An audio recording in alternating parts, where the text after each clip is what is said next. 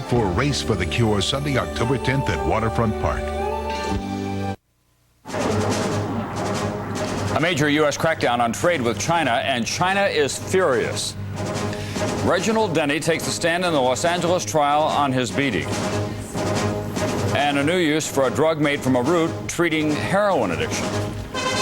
This is NBC Nightly News with Tom Brokaw. Good evening. For the United States, China is a difficult friend to have. It is a powerful force in the heart of Asia, with more than 1 billion people, after all. But it also has a clear record of human rights violations, and recently it has been very aggressive in selling high-tech military weapons. Today, the Clinton administration said enough and announced American companies would no longer be able to do high-tech business with China.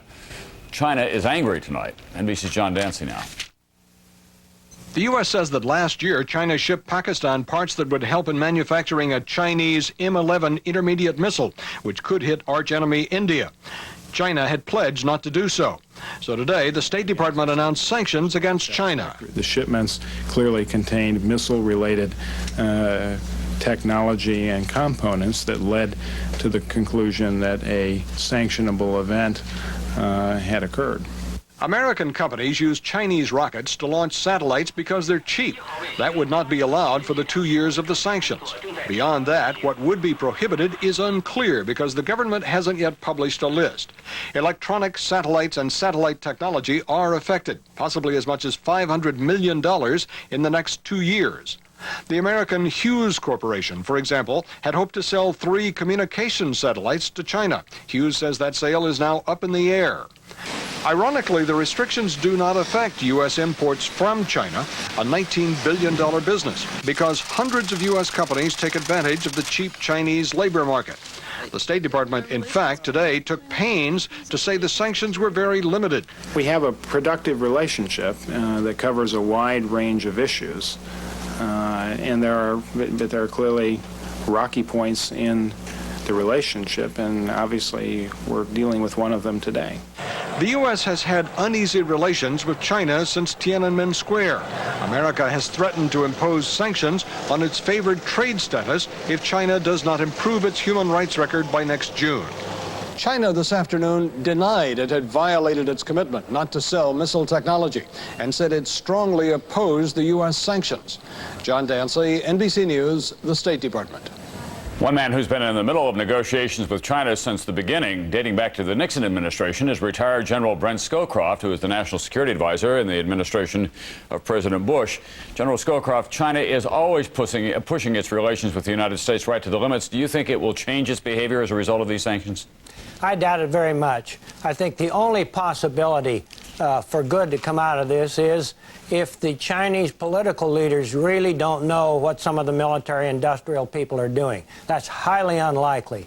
But no, I believe it's less likely to change their behavior than a continuation of negotiations. Is it time for the United States to take a much harder line against China? After all, you made a visit to Beijing after Tiananmen Square, and there's been no discernible change in their human rights violations there. The Chinese are a very difficult country to deal with. They have a very high sense of pride and a very deep reluctance to be dictated to by anyone. Therefore, it takes very special kinds of skills and a special kind of approach to be able to get the results we seek. But do you think a hard line economically is one of the ways that we can achieve some of those objectives? Well, this is not really that much of a hard line. I think the Dancy piece showed most of what should be affected, less than $1 billion. It affects only munitions control issues, not commerce licenses. So commercial aircraft can still go and so on. It's a mild slap on the wrist, but more calculated to make them angry than to produce any effect. Thank you very much, General Scowcroft, for being with us tonight. Another foreign policy dilemma for the Clinton administration is Bosnia, of course, and today there was another one of those maddening episodes that so graphically demonstrates the frustrations and the tragedy. UN relief teams were trying to reach starving Muslims in the city of Mostar, and NBC's Dennis Murphy was with them. At midday, the armored convoy formed up, and UN officials were confident they'd reach the starving Muslims in Mostar, 15 miles away. Everything is green. We're all ready to go. But the convoy of 27 trucks with enough food for 6 days rolled only 500 yards before stopping. Demonstrators blocking the road, Croatian women and children. They said they were made widows and refugees by the same Muslims the UN intended to feed and would not let the convoy pass.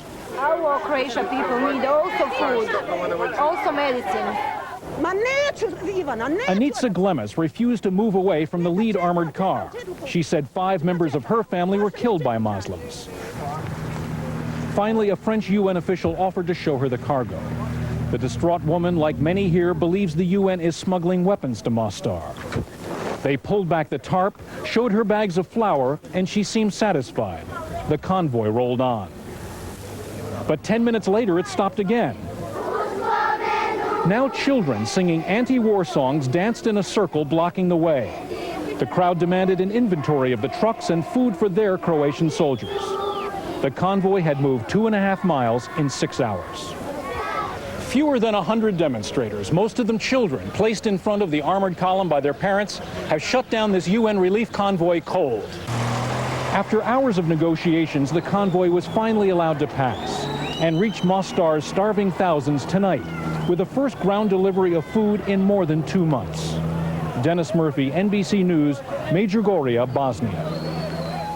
Well, Nightly News continues in a moment. Another shocking murder story tonight with children, real children as suspects. And on America Close Up, rebuilding homes while building young lives.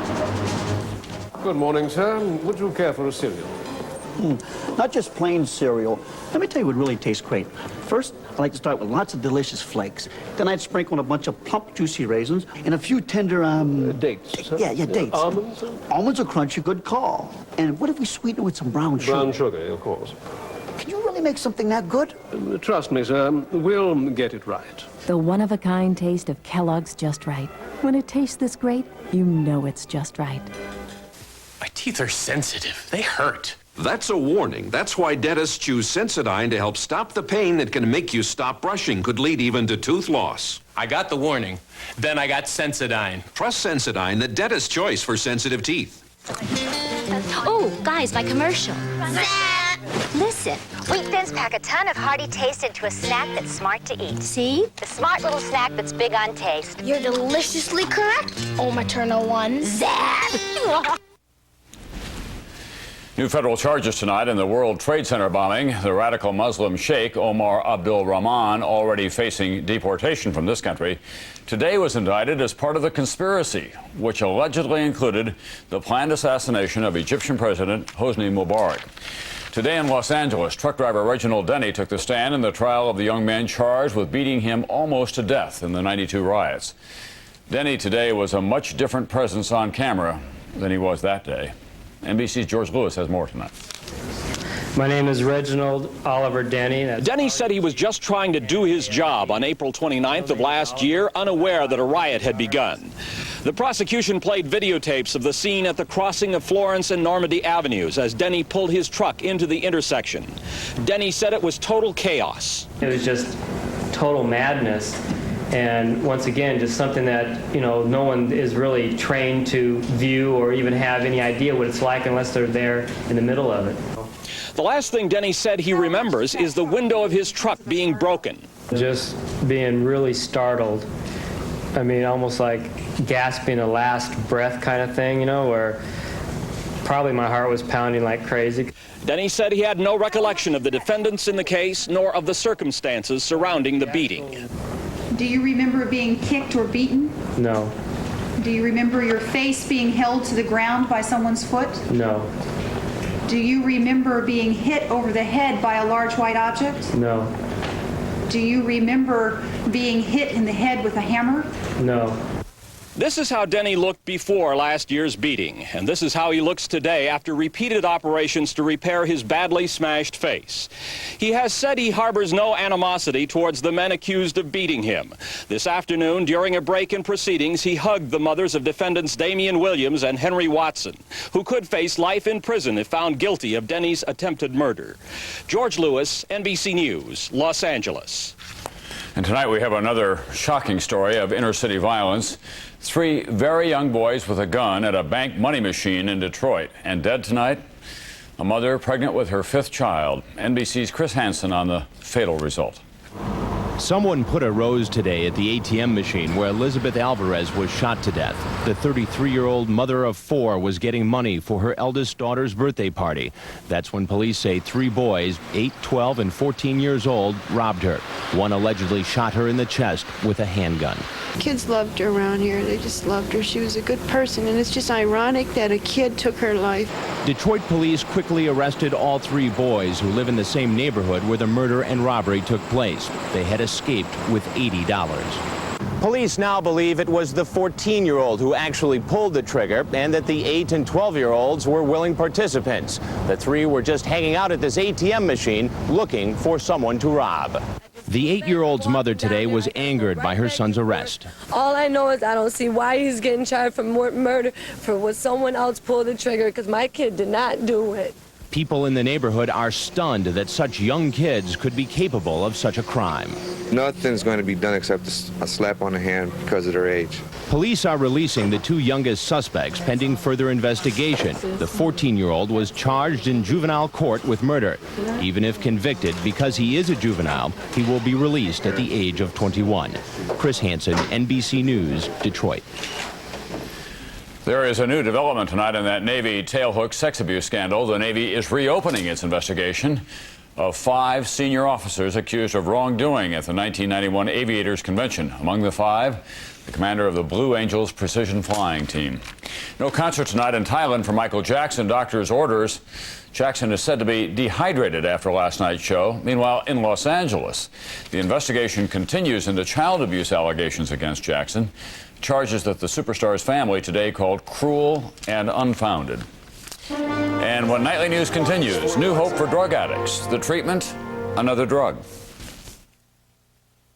When I decided to fix my porch myself, I couldn't quite believe it. So, who comes to the rescue? Well, handy he's not. And since when did you get all this energy? Ever since you got me started on breakfast with grape nuts. It's like you said, this box is full of great mornings. Look, it's right here. Fat-free, natural energy source. I said try it a few mornings. And I did. And it does help keep me going. You know, Dad, I think I have inherited your handiness. Yeah, I think you inherited my toolkit. That's what he's got. Post Grape Nut cereal helps keep you going strong all morning long. What if some things cost less than expected? A diamond ring for $50. A nice little place for $200 a month. Playoff tickets, $5. Well, here's one thing that costs less than you'd expect. A Mr. Goodwrench Quick Lube Plus oil change. Try us for a change. Some people are fussy about their mouth, and some people are very fussy. For them, there's Rembrandt, the low abrasion whitening toothpaste. Over 50,000 dentists have recommended it. And Rembrandt mouth refreshing rinse. 100% alcohol-free, 100% delicious. A splendid way to fight bad breath. For the best for your mouth, there's only one Rembrandt. Excuse me, do you make these delicious fat-free Snackwell Devil's Food cookies? Why, yes, I do. You want to tell us why we can't find them in the stores anymore? Well, what is this? You got some explaining to do, Cookie Man. Devil's Food cookies are on the way. Meanwhile, keep enjoying the other Snackwells. He was a man with a secret, shadowed in lies, running from the past. Help unlock a new unsolved mystery. NBC Tonight. Tomorrow morning on Today, demolition men Sylvester Stallone and Wesley Snipes, plus the new fashion rage for men, beauty treatments. Join us tomorrow morning and see what a difference today makes. From outer space tonight, no news is bad news. No contact with the Mars observer. NASA says it still hopes the craft is still out there, but there is speculation that the $1 billion observer may have blown up on Saturday as its fuel tanks pressurized. Medical news tonight. After a long debate, the federal government has taken up the question of ibogaine. That's a controversial drug that is said to curtail the addiction to heroin, also to cocaine.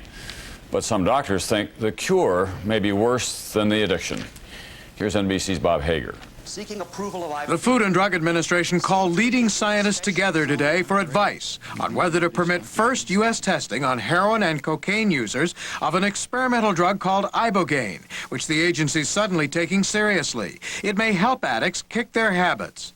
Ibogaine comes from a plant found only in Africa, from the root, and has been used as an hallucinogen in tribal religious rites. But in the 1960s, then drug addict Howard Lotzoff believes he discovered accidentally that Ibogaine works against addiction. I was 1962 heroin and cocaine dependent, and 30 hours after I took Ibogaine, I was no longer an addict. Bob Sisko, who helped some addicts get Ibogaine through a small test in the Netherlands, says it helped him off drugs as well. Well, if it didn't work for me, I wouldn't be here. With heroin use apparently on the rise again in the U.S., just last night, agents seized a record $200 million worth in a shipment of lychee nuts from Singapore. The issue takes on new urgency. Today, the scientists heard of animal tests showing that although the drug works, it may also do brain damage. This is a close-up of what cells in a rat's brain should look like. And this is a slide of a rat's brain after large doses of Ibogaine. The gaps in the dark bands are missing brain cells, which were killed.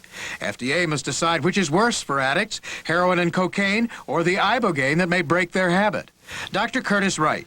Clinical research is never safe. At best, it is the scientific equivalent of bull riding, automobile racing, or flying in the space shuttle. One compromise being discussed, permit human testing to go ahead, but only with very small doses of the Ibogaine. Now it's up to the FDA. Robert Hager, NBC News, Washington. We have more medical news tonight. There's a new study out saying that black Americans are twice as likely as whites to suffer sudden cardiac arrest, and less than half as likely to survive that. The study says that blacks with heart disease often get inferior medical care in this country. Kenneth Lakeberg, who is the father of the surviving Siamese twin Angela, acknowledged today that he used some of the money donated for medical costs to buy a car, to take trips, and to go to restaurants. As for Angela, the latest reports from Philadelphia Hospital are optimistic tonight. On Wall Street today, yet another record high close, and trading today was very heavy. When we come back, a program for young people where helping the homeless is a career-building experience. Okay, here's a real nightmare. Imagine a stove made of glass. What a greasy mess. But it's the perfect job for new Glass and Surface Windex Clear. See, some all-purpose cleaners leave a cloudy residue. New Windex Clear has a unique degreasing formula for a clean that's crystal clear. So say goodbye to cloudy residue, now for all your surfaces. There's new Glass and Surface Windex Clear for a clean as clear as glass from S.C. Johnson Wax. So, your international calling plan makes you choose a favorite country. But what happens if you add other countries or other people? Introducing the most worldwide from Sprint, the only calling plan that guarantees you savings on the 2 international numbers you call the most each month, even if they change. Once more from the top, boys. Now get $50 free long distance with the most worldwide, only from Sprint. This is the Infinity J30. Oh, and this is the clock in the J. There's an interesting reason it looks like it does. Infinity realized the clock is the one instrument in the car everyone uses, so they felt it should stand out. Now, if they put that much thought into the clock, imagine the other thoughtful extremes they went to. Visit your Infinity showroom. Oh, tell them you already know the part about the clock. Lease one of the world's most advanced automobiles, now at a very special rate for a limited time. Come on, stop. I'm begging you. I mean, what is this? Not just one plain flake, but count them. I'm overwhelmed.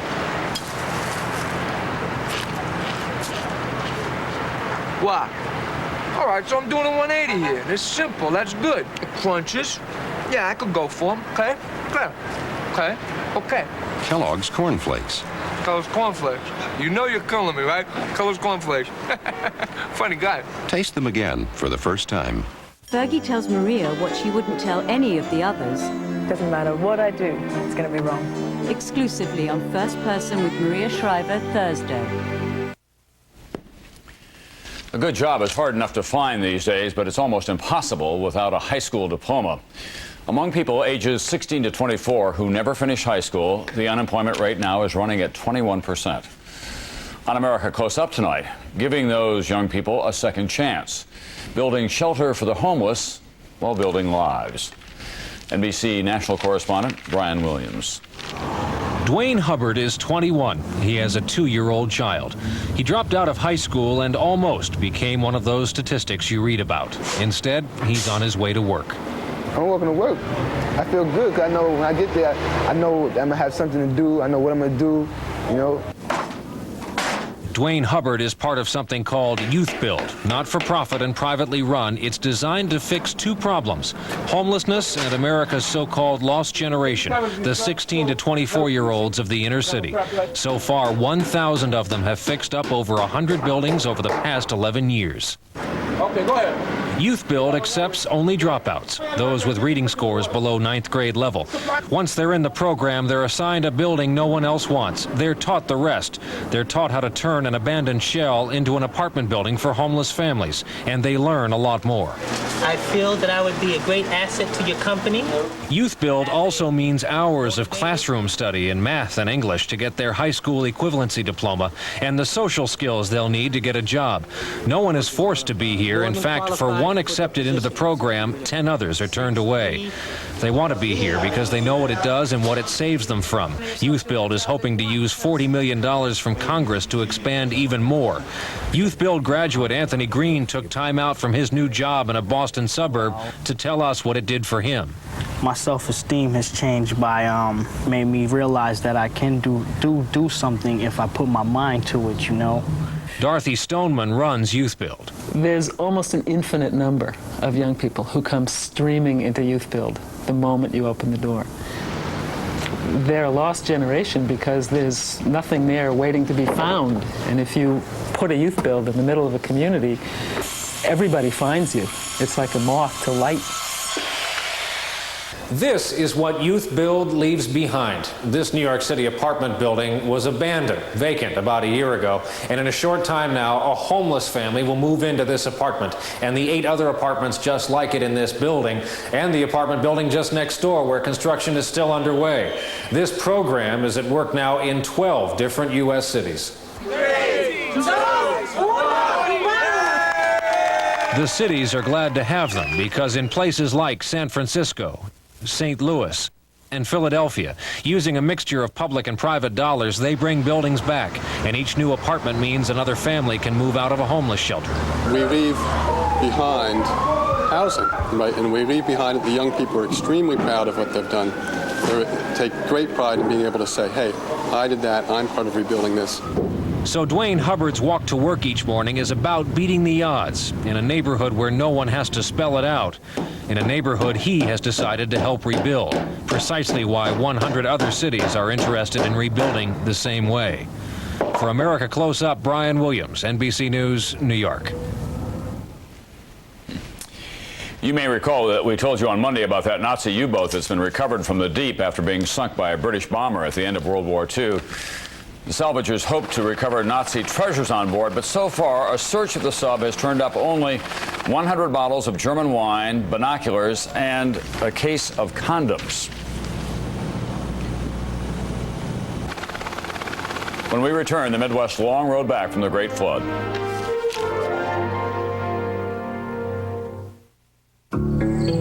Every night during trout season, Ed Russell ties some of the best flies ever seen on Pinecrest Lake. But sometimes his arthritis pain can make it tough to sleep. That's when his wife Ann gives him Tylenol PM gel caps. Unlike ordinary pain relievers, it has extra strength Tylenol pain reliever, plus a gentle ingredient to help him sleep, which is good news for Ed, but not for the trout population of Pinecrest Lake. Tylenol PM, it puts arthritis pain to rest. Day after day, you make those glasses of thick Metamucil disappear. Why not make them all disappear with Fibercon? Doctor-recommended Fibercon gives you the same fiber regularity in tablets. Easy-to-swallow tablets. Get doctor-recommended Fibercon.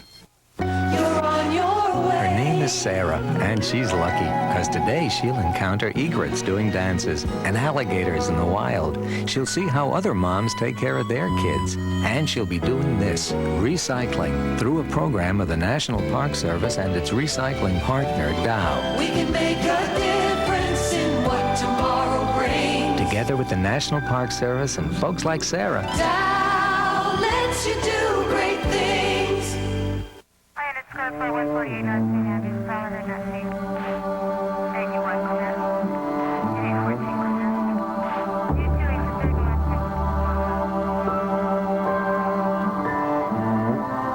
the things around your house that need batteries, there's one thing that needs a good, fresh battery most of all.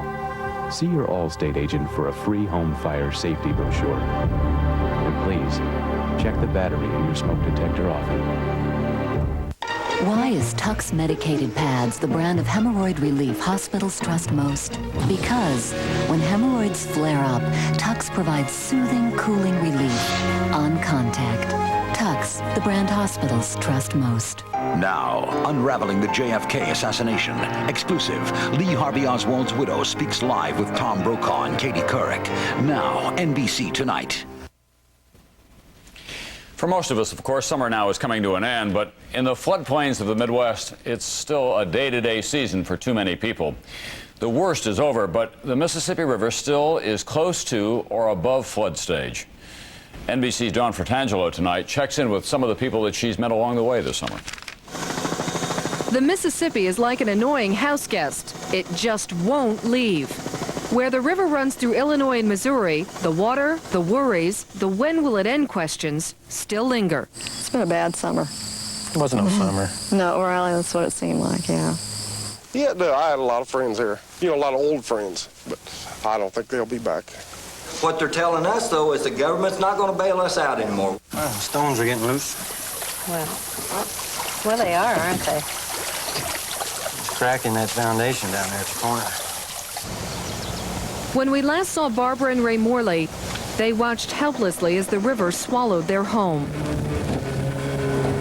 Now, more than a month later, they still need a boat to get to their house. What's left of their house. Hardwood floors here were buckled up, you know, this high. And we've lived here 15 years, and there's folks before that, and it is home. It really is.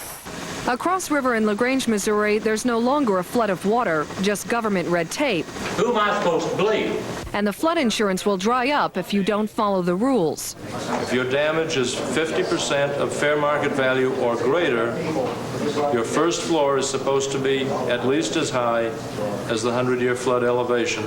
That's going to put my house approximately 11 feet in the air. But in places like Meyer, Illinois, rebuilding may not be an option. This is what's left of the town of Meyer. Much of the Mississippi floodwaters have gone, but some wonder if this town will ever come back. Houses sit empty and decaying. It's as if the town has died. Roger Adair was a longtime resident. Oh, it's an eerie feeling. You know, it used to be noise all the time, and now there's nobody around, no dogs or cats, and now there's nothing, so I don't know, it's just not even the same place. The Lundbergs liked their place in Taylor, Missouri, 2 miles from the river, until it became part of the river. They've headed for higher ground. We're probably 10 to 11 miles from the river now. That's far. That's far enough. Right. It's not going to get us anymore. And today, school started, a hint of life returning to normal. Even there, the topic was the flood. The hard lessons of summer are spilling into fall. Dawn Fratangelo, NBC News, along the Mississippi. That's Nightly News for Wednesday. I'm Tom Brokaw, and I'll see you with Katie Couric this evening on Now, our new NBC News magazine. Tonight, a rare interview with Marina Oswald Porter, the widow of Lee Harvey Oswald, on all the